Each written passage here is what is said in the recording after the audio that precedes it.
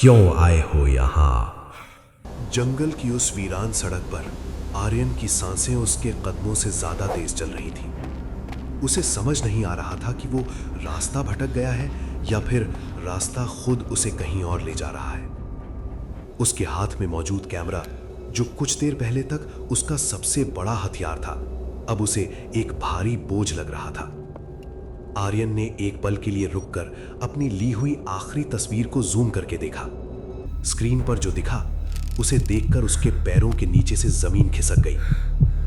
तस्वीर में वो पेड़ के तने के पीछे कोई खड़ा था, कोई ऐसा जिसकी गर्दन इंसानी शारीरिक बनावट से कहीं ज्यादा लंबी थी और वो सीधे कैमरे के लेंस में झांक रहा था। आर्यन के माथे से पसीने की बूंदें आने लगी। उसने कैमरा नीचे गिरा देता है और धीरे से अपनी नजर उठाई। जंगल का वो हिस्सा जहां उसने वो फोटो ली थी अब पूरी तरह से अंधेरे में डूबा हुआ था, लेकिन उसे एहसास हो चुका था कि वो वहां अकेला नहीं है। यह सब शुरू हुआ था महज 3 घंटे पहले, जब आर्यन ने उस पुराने शापित माने जाने वाले मंदिर को खोजने का फैसला किया था। गांव वालों ने उसे चेतावनी दी थी कि सूरज ढलने के बाद उस जंगल की सीमा को पार करना मौत को दावत देने जैसा है। लेकिन आर्यन एक तर्कवादी इंसान था जो इन कहानियों को सिर्फ अंधविश्वास मानता था।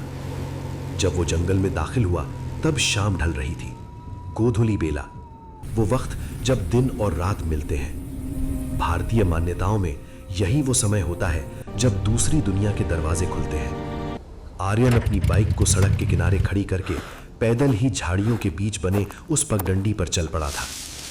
हवा में एक अजीब सी गंध थी, गीली मिट्टी और सड़े हुए फूलों की, जैसे किसी ने बहुत पहले यहाँ पूजा की हो और फिर प्रसाद को सड़ने के लिए छोड़ दिया हो।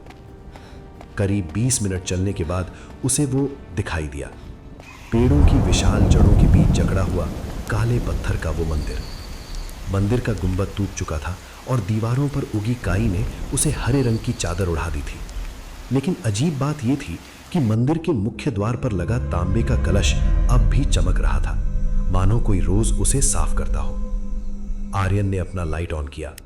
रोशनी की एक तेज लकीर उस अंधेरे को चीरती हुई गई।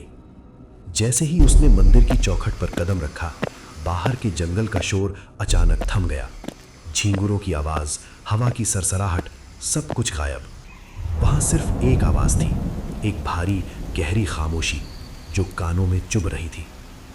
मंदिर का अंदरूनी हिस्सा उम्मीद से कहीं ज्यादा बड़ा था। दीवारों पर अजीबोगरीब चित्र बने हुए थे। वो देवी देवताओं के चित्र नहीं थे, बल्कि कुछ और ही थे। इंसानी शरीर, लेकिन चेहरे जानवरों के, और उन सब की आंखें गर्भगृह की तरफ इशारा कर रही थी। आर्यन को अचानक ठंड लगने लगी। ये ठंड मौसम की नहीं थी, ये वो ठंड थी जो रीढ़ की हड्डी में सिहरन पैदा करती है। उसने महसूस किया कि मंदिर का तापमान बाहर के मुकाबले काफी कम था।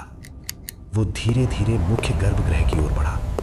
वहां अंधेरे के बीचों बीच एक मूर्ति थी, लेकिन उस पर एक लाल रंग का पुराना कपड़ा डाला हुआ था। कपड़ा इतना पुराना था कि जगह जगह से फट चुका था, लेकिन उसका लाल रंग अब भी ताजा लाल रंग जैसा गहरा था, और कपड़ा अभी हिल रहा था, जैसे कोई अभी वहां से गया हो। आर्यन के मन में एक आवाज आई, वापस मुड़ जाओ। उसका अंतर्मन चीख चीख कर उसे रोक रहा था, लेकिन उसका हाथ अपनी मर्जी का मालिक बन चुका था। जिज्ञासा डर पर भारी पड़ रही थी।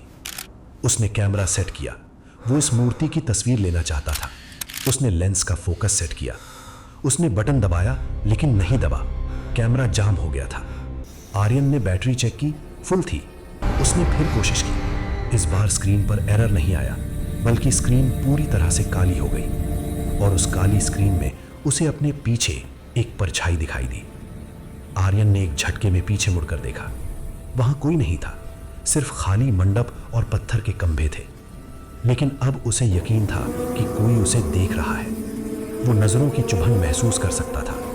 उसने सोचा कि शायद अब वापस लौटना ही सही होगा, लेकिन तभी उसकी नजर जमीन पर पड़ी। मूर्ति के चारों तरफ ताजे पैरों के निशान थे, गीले पैरों के निशान, इंसान के पैरों के निशान जो गर्भगृह के अंदर तो जा रहे थे, लेकिन बाहर नहीं आ रहे थे। आर्यन की धड़कनें अब गले तक आ चुकी थी। उसे लगा कि अब यहां से भागना चाहिए, लेकिन तभी एक बंद कमरे में कहीं से आया एक हवा का झोंका। और वो लाल कपड़ा मूर्ति के ऊपर से सरक गया। जो चेहरा सामने आया वो पत्थर का नहीं था, वो एक सूखा हुआ चेहरा था जिसकी आंखें खुली थी, लेकिन उसके होंठ एक हल्की सी मुस्कान से खिले हुए थे। वो कोई मूर्ति नहीं थी, वो शायद कोई था जो सालों से या सदियों से खड़ा हुआ है। आर्यन का शरीर सुन्न पड़ गया। वो अपनी जगह से हिल नहीं पा रहा था। उसका दिमाग कह रहा था भागो, लेकिन पैर मानो पत्थर के जैसे जम चुके थे। और फिर उसे लगा कि उस मूर्ति का सर हल्की सी हिली है, लेकिन मूर्ति का सर सही में हिली थी, लेकिन आर्यन ने नहीं देखा। तभी आर्यन के मुंह से चीख निकलना चाहती थी, लेकिन आवाज गले में ही घुटकर रह गई। तभी अब मूर्ति की आंखें नहीं हिली, अब मूर्ति का पूरा शरीर हिलने लगा, जैसे उसमें कोई आत्मा आ गया हो। अब आर्यन का संयम टूट गया। वो पीछे की तरफ लपका और दरवाजे की तरफ भागा। जैसे ही वो दरवाजे के पास पहुंचा, मंदिर का मुख्य दरवाजा जो उसने खुला छोड़ा था अब वो बंद था। अंधेरा गहरा होता जा रहा था। लाइट की रोशनी अब टिमटिमाने लगी थी। आर्यन ने दरवाजे को धक्का दिया, लेकिन वो टस से मस नहीं हुआ। तभी उसके पीछे से गर्भगृह से एक आवाज आई। आवाज किसी इंसान की नहीं थी, वो कई आवाजों का मिश्रण थी। रोना, हंसना और मंत्र पढ़ना, सब एक साथ। क्यों आए हो यहाँ? ये शब्द हवा में तैरते हुए जैसे ही आर्यन के कानों तक पहुंचे, आर्यन ने अपनी पूरी ताकत लगाकर दरवाजे को फिर से धक्का दिया। इस बार दरवाजा थोड़ा सा खुला, बाहर की हवा अंदर आई। आर्यन ने खुद को उस दरवाजे से बाहर खींचा, लेकिन उसे दर्द का एहसास नहीं हुआ। वो मंदिर की सीढ़ियों से नीचे लुढ़कता हुआ गिरा। वो उठा और जंगल की तरफ भागा। उसने पीछे मुड़कर नहीं देखा। उसे याद था बचपन में सुनी वो बात कि अगर पीछे से कोई आवाज दे तो मुड़ना मत। लेकिन जंगल अब बदल चुका था। जिस रास्ते से वो आया था वो रास्ता अब गायब हो चुका था। हर तरफ सिर्फ कांटेदार झाड़ियां थीं। आर्यन भागता रहा। मिनट घंटों जैसे लग रहे थे। उसके चेहरे पर टहनियां लग रही थी। उसे लगा कि वो सड़क के करीब है। तभी उसे दूर कहीं गाड़ी की हेडलाइट जैसी चीजें दिखी। राहत की एक लहर उसके शरीर में दौड़ गई। उसने सोचा बच गया। वो उस रोशनी की तरफ भागा, और तेज और तेज। लेकिन जब वो उस रोशनी के पास पहुंचा तो उसके कदम रुक गए। वो कोई सड़क नहीं थी और ना ही कोई गाड़ी। वो रोशनी उसी मंदिर के तांबे के कलश से आ रही थी। वो घूम फिरकर वापस उसी मंदिर के सामने खड़ा था। आर्यन दंग रह गया। ये कैसे हुआ? नहीं। आर्यन को लगा ये कैसे हो सकता है? नहीं, ये नहीं हो सकता। आर्यन के दिमाग ने मानने से इनकार कर दिया। मैं सीधा भागा था, मैं वापस कैसे आ गया? और तब उसे दूर मंदिर के दरवाजे पर कुछ दिखाई दिया, वही लाल कपड़े में। आर्यन समझ गया कि ये का अंत नहीं, बल्कि उसके बुरे वक्त की असली शुरुआत थी। वो जंगल से बाहर निकलने के लिए नहीं भाग रहा था, वो बस एक शिकार था जिसे थकाया जा रहा था। तभी उस साए ने अपना हाथ उठाया और आर्यन की तरफ इशारा किया। अब तो आर्यन की हालत खराब हो गई थी। नहीं, और आर्यन वहां से फिर भागा। तभी आर्यन का फोन जो जेब में पड़ा था अचानक बजने लगा।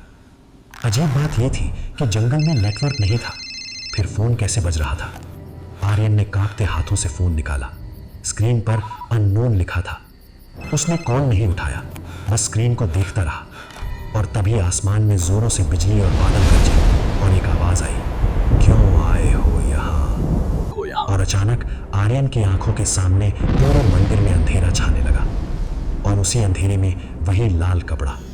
लेकिन इस बार वो कपड़ा हवा में नहीं लहरा रहा था, उसे किसी ने ओढ़ा हुआ था। एक लंबा काला साया जो धीरे धीरे सीढ़ियां उतर रहा था। तभी आर्यन नहीं, ये नहीं हो सकता।